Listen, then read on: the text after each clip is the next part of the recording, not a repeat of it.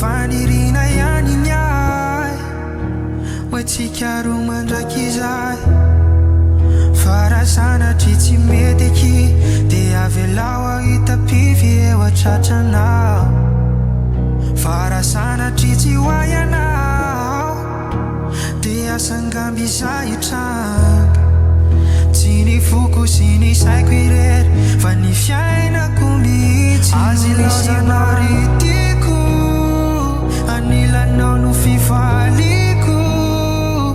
mety hoe afaka miaina ihany raha tsy misy anao nefa tsy ho zarizary mihitsy raha toy fantaho aminao ritiko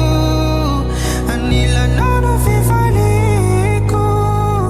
mety hoe afaka miaina ihany raha tsy misy anao nefa tsy ho zarizary mihitsy raha toka ifandao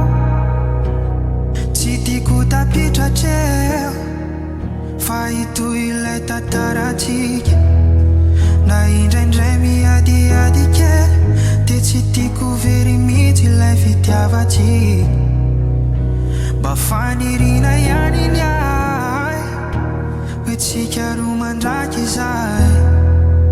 fa raha sanatry tsy mety eky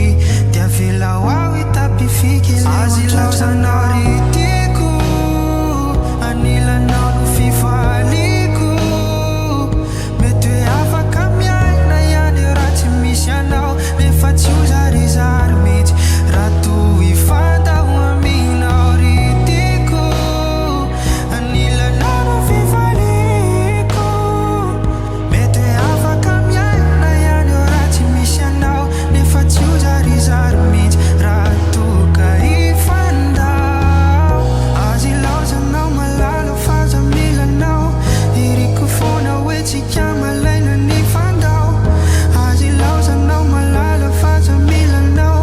entiko manaraka anay ianao miangavy andao fianao ihany tsisy hafa no ilaiko satsy ala tsy mani no nafa izay tiatala ianao ihany tsisy hafa no ilaiko satsy ala tsy mani no nafa izay tiatala ritiko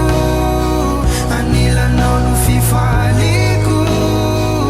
mety hoe afaka miaina ihany raha tsy misy anao nefa tsy ho zarizary mihitsy raha toy fantaho aminao ritiko